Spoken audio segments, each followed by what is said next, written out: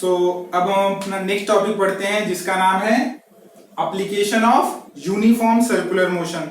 So basically इसके अंदर अपने को 4 एप्लीकेशन पढ़ने हैं, जिसमें से पहला एप्लीकेशन हम लोग अभी देखते हैं जो कि है a vehicle moving along a horizontal circular track. मतलब एक गाड़ी है, एक व्हीकल है जो कि कहाँ घूम रही है, एक हॉरिजॉन्टल सर्कुलर ट्रैक में घूम रही है। तो हमको अपना मेन एम क्या रहेगा, वो कितनी स्पीड से घूम सकती है ताकि उसमें एक्सीडेंट ना हो, बाहर की ओर मूव ना हो सके। क्लियर है? तो अपना पहला एप्लीकेशन होगा a vehicle moving along horizontal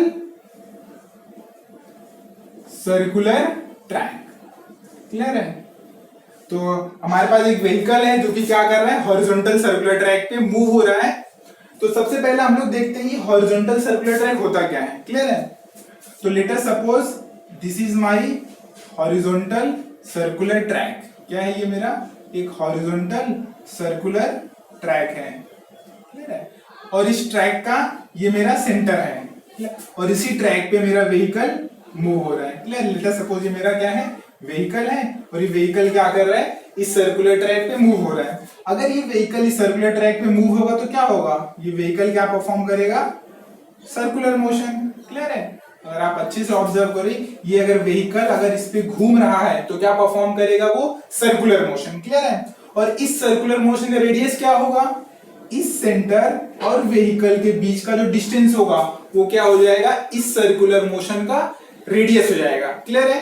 ये तो रहा टॉप व्यू। मतलब अगर मेरा एक रोड है, अगर मैं ऊपर कैमरा रखूं तो ऐसा कुछ व्यू दिखने वाला है हमको। क्लियर है? अगर मैं सामने से देखूं, अगर सपोज मेरा रोड है, सर्कुलर रोड है, ट्रैक है, उसके ऊपर व्हीकल चल रहा है और मैं सामने से ऑब्जर्व करूं तो मुझे क्या दिखेगा, तो लॉजिकली सबसे पहला मुझे ट्रैक दिखेगा। क्लियर है? और ट्रैक सामने से अगर व्यू करूं तो track is nothing but it will visible like a line. Clear है? और इसके ऊपर क्या मेरा व्हीकल है, तो मेरा व्हीकल का फ्रंट व्यू कैसा दिखेगा, ये हो गया मेरा व्हीकल और इस व्हीकल का ये क्या हो गया, टायर्स। क्लियर है? ये उसका फ्रंट व्यू हो गया। नेक्स्ट, ये सेंटर कहाँ होगा, कहीं ना कहीं रोड की लाइन में सेंटर भी लाई करेगा। तो सपोज ये मेरा क्या था, सेंटर था। क्लियर है? उसी रोड की लाइन में क्या मेरा सेंटर भी रहेगा, क्योंकि ये मेरा क्या हो गया, फ्रंट व्यू का सामने से देख रहा हूं तो, और ये उसका सेंटर हो गया। अभी इस डायग्राम में रेडियस क्या होगा, इस सेंटर और आपके व्हीकल का सेंटर है जो दोनों के बीच का डिस्टेंस क्या हो जाएगा, रेडियस। तो सेंटर और आपके व्हीकल के सेंटर के बीच का जो डिस्टेंस होगा वो क्या हो जाएगा, उस सर्कुलर मोशन का रेडियस। तो आई गेस तुमको ये टॉप व्यू और ये फ्रंट व्यू दोनों डायग्राम क्लियर है। क्लियर है? अभी दूसरा एम अपना क्या है, इस व्हीकल के ऊपर कौन कौन से फोर्स एक्ट कर रहे हैं वो निकालना है। क्लियर है? तो will find forces acting on vehicle. इस व्हीकल पे कौन कौन से फोर्स एक्ट कर रहे हैं। तो सबसे पहला फोर्स देखिए कौन सा होगा, किसी भी ऑब्जेक्ट या बॉडी का वेट, उसका पहला फोर्स होता है और जिसका डायरेक्शन हमेशा क्या रहता है, वर्टिकली डाउनवर्ड्स। तो वेट कहां जाएगा, नीचे की ओर जाएगा बिकॉज ऑफ अर्थ ग्रेविटी। तो इस व्हीकल का वेट कहां जाएगा, वर्टिकली डाउनवर्ड्स, और जिसको हम लोग डिनोट करते हैं लेटर mg से। क्लियर है? तो पहला फोर्स कौन सा एक्ट किया व्हीकल के ऊपर, वेट, जिसको हम लोग डिनोट कर रहे हैं mg से, और उसका डायरेक्शन क्या होगा, वर्टिकली डाउनवर्ड्स, वर्टिकली डाउनवर्ड्स, नीचे की ओर जाएगा। सिंपल है। अब देखिए दूसरा फोर्स कौन सा एक्ट करेगा, तो इस व्हीकल के ऊपर जो दूसरा फोर्स एक्ट करेगा वो होगा नॉर्मल रिएक्शन। अभी हमको ये जानना जरूरी है कि नॉर्मल रिएक्शन होता क्या है। नॉर्मल रिएक्शन क्या होता है, अगर कोई भी सरफेस के ऊपर कोई बॉडी रखी हुई है तो नॉर्मल रिएक्शन हमेशा क्या होगा, सरफेस के परपेंडिकुलर होगा। अगर हमारा सरफेस हॉरिजॉन्टल है तो मेरा नॉर्मल रिएक्शन क्या होगा, वर्टिकल डायरेक्शन में जाएगा। अगर मेरा सरफेस अगर हॉरिजॉन्टल है तो मेरा वर्टिकल होगा। अगर सरफेस तो मेरा नॉर्मल रिएक्शन कहाँ जाएगा, हॉरिजॉन्टल डायरेक्शन में। क्लियर है? अगर ये मेरा सरफेस रहेगा तो ये मेरा डायरेक्शन किसका होगा, नॉर्मल रिएक्शन का। अगर मेरा सरफेस ऐसा है, ये मेरा डायरेक्शन किसका होगा, नॉर्मल रिएक्शन का। अगर सपोज सरफेस मेरा स्लांटेड है तो उसके ऊपर जो परपेंडिकुलर रहेगा ये होगा डायरेक्शन किसका, नॉर्मल रिएक्शन का। सिंस इस केस में मेरा सरफेस हॉरिजॉन्टल है तो नॉर्मल रिएक्शन कहां जाएगा, vertically upward. So this will be direction of normal reaction. तो सेकंड फोर्स कौन सा एक्ट कर रहा है मेरे ऊपर, व्हीकल के ऊपर, नॉर्मल रिएक्शन, जिसको हम लोग डिनोट कर रहे हैं लेटर एन से, और इसका डायरेक्शन क्या है, वर्टिकली अपवर्ड। क्लियर है? और डायग्राम से एक चीज समझ में आएगी कि ये नॉर्मल रिएक्शन इस वेट को बैलेंस कर रहा है, सिंपल। और तीसरा कौन सा फोर्स इसके ऊपर एक्ट कर रहा है? अभी सिंस व्हीकल के टायर और रोड दोनों में कांटेक्ट है, और जब भी कांटेक्ट आता है तो कौन सा फोर्स पिक्चर में आता है? फ्रिक्शनल फोर्स, क्लियर है।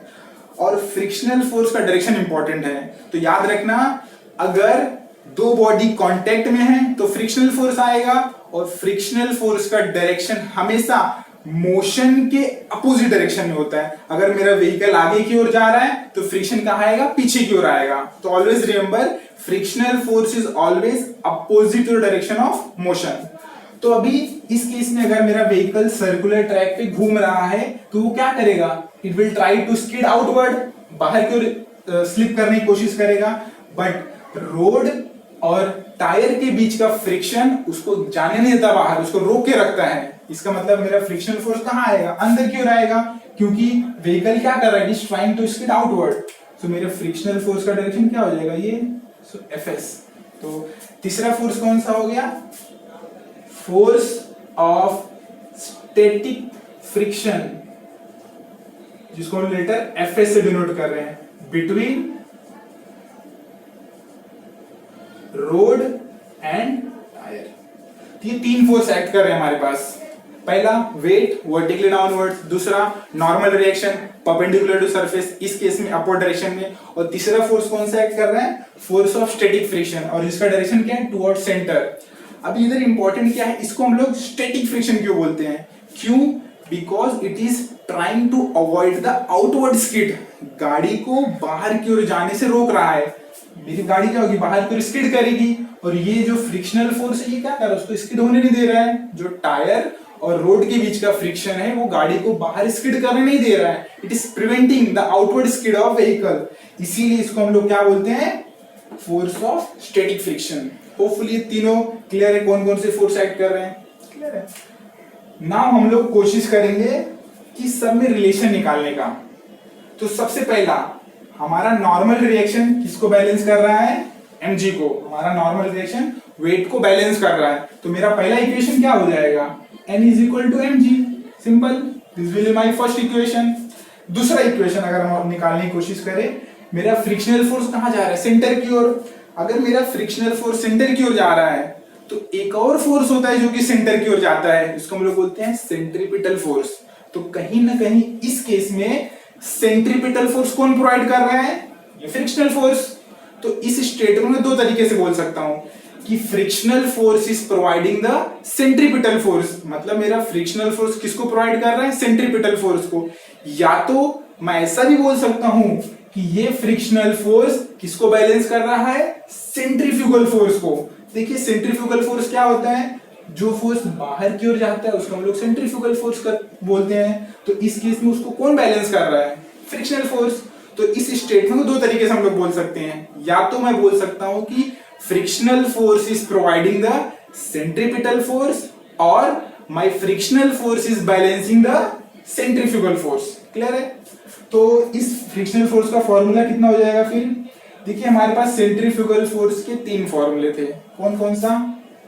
mv²/r, या तो mr⍵², या तो mv⍵। तो मेरे पास तीन इक्वेशन थे, बट इन तीनों में से ये दोनों at this point of time उतना इंपॉर्टेंट के नहीं है, तो हम अभी लेके क्या चलेंगे? mv²/r। क्यों? क्योंकि यहाँ पे v इन्वॉल्व है। v मतलब क्या होता है?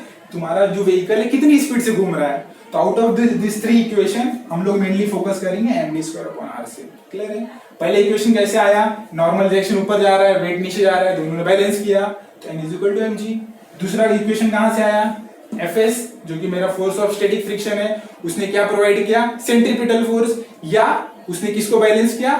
सेंट्रीफ्यूगल फोर्स को। तो यहां से मेरा दूसरा इक्वेशन आ गया, क्लियर है। अब मैं सिंपली क्या कर सकता हूं? इक्वेशन 2 को इक्वेशन 1 से डिवाइड कर सकता हूं। तो मेरा लेफ्ट हैंड साइड में क्या आ जाएगा? Fs divide by n, clear है। Fs डिवाइड बाय मेरे लेफ्ट साइड में आ गया। राइट हैंड साइड में क्या आएगा? देखिए तीनों में से मैं सिर्फ पहले इक्वेशन को लेके चल रहा हूं, पहला पार्ट को। तो mv²/r बचा, और उसको डिवाइड करेंगे mg से, क्लियर है, तो अपॉन mg हो जाएगा। अब देखिए यहाँ पे ये m और ये m कैंसिल हो जाएगा, तो मेरे पास क्या बचा? Fs upon N is equal to V square upon R G. मेरे पास तीसरा इक्वेशन हो गया। क्लियर है? अगर इस इक्वेशन को हम अच्छे से ऑब्जर्व करें तो हमको क्या मालूम पड़ेगा, यहाँ पे n का वैल्यू है mg, और m क्या होता है, इस व्हीकल का मास है जो कि फिक्स होने वाला है क्योंकि व्हीकल तो ही है। दूसरा g जो कि है एक्सेलरेशन ड्यू टू ग्रेविटी, जो पूरे अर्थ पे तो कांस्टेंट होता है 9.8, मतलब दोनों चीजें कांस्टेंट है, मतलब n क्या हो जाएगा, फिक्स हो जाएगा, चेंज नहीं होगा, इट विल बी कांस्टेंट। दूसरा इंपॉर्टेंट टर्म रेडियस, अभी मेरा सर्कुलर ट्रैक तो वही है तो मेरा रेडियस भी कांस्टेंट है। और तीसरा टर्म क्या है, g, ये भी कांस्टेंट है क्योंकि अर्थ के लिए g का वैल्यू 9.8 होता है। तो n, r और g तीनों टर्म क्या हो जाएंगे यहाँ पे, कांस्टेंट। सिंस तीनों टर्म कांस्टेंट है तो मेरे पास कौन से दो टर्म बचे हुए हैं अभी, fs और v। fs क्या होता है, फोर्स ऑफ स्टैटिक फ्रिक्शन, और v क्या होता है मेरा वेलोसिटी। अभी यहाँ पे एक इंपॉर्टेंट चीज है, अगर मैं अपनी स्पीड को बढ़ाता हूं, समझ गया, जो मेरा व्हीकल है उसकी स्पीड में इंक्रीज करता हूं, व्हीकल की स्पीड बढ़ाता हूं, तो पैरेलली मेरा फ्रिक्शन फोर्स भी बढ़ना चाहिए। क्यों? क्योंकि दोनों में डायरेक्ट रिलेशन है। तो if the velocity of vehicle will increase, parallelly frictional force should also increase, frictional force को भी इंक्रीज होना पड़ेगा। सिंपल है। बट यहाँ पे एक हमको इंपॉर्टेंट चीज बताना चाहता हूं कि जो फ्रिक्शनल फोर्स होता है इसका एक अपर लिमिट होता है, मतलब उसका वैल्यू एक सर्टेन लिमिट के बाहर नहीं जा सकता। और लिमिट कितना होता है, Fs मैक्स होता है तुम्हारा mu s times of n। ये फॉर्मूला यहाँ का स्टैटिक फ्रिक्शन का अपर लिमिट, इसके ऊपर जा नहीं सकता। और यहाँ पे म्यू s क्या होता है, कोएफिशिएंट ऑफ स्टैटिक फ्रिक्शन, याद रखना। यहाँ पे म्यू s क्या है, एक कांस्टेंट टर्म है जिसको हम लोग बोलते हैं coefficient of static friction. Clear है? अभी सिंस मेरे Fs के ऊपर एक अपर लिमिट आ गया, मतलब उसका वैल्यू इससे ज्यादा नहीं हो सकता है, तो इसका मतलब क्या है, मेरे वेलोसिटी का भी कुछ मैक्सिमम वैल्यू होना चाहिए। मेरी वेलोसिटी भी एक सर्टेन लिमिट के ऊपर नहीं आना चाहिए ना, क्योंकि सिंस मैंने Fs पे एक लिमिट डाल दिया है तो मेरी वेलोसिटी पे भी एक अपर लिमिट होना चाहिए। अब वो अपर लिमिट कैसे निकालेंगे, बहुत ही सिंपल है। Fs के बदले क्या पुट कर दो इक्वेशन नंबर 3 में, तो from equation number 3 in place of Fs I can write Fs max, in place of n same n, और v के बदले हम लोग क्या रख देंगे, v मैक्स। क्यों? अगर मेरा Fs मैक्सिमम है तो v की भी वैल्यू मैक्सिमम होनी चाहिए अपॉन rg।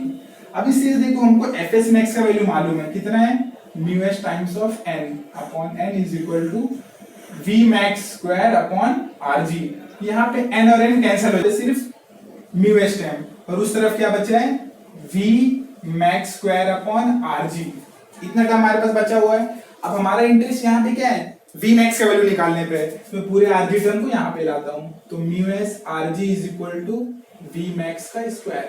अब मुझे अगर v मैक्स निकालना है तो सिंपल है, स्क्वायर रूट ले लो, तो v मैक्स कितना हो जाएगा, अंडर रूट में mu s times of rg। Clear है?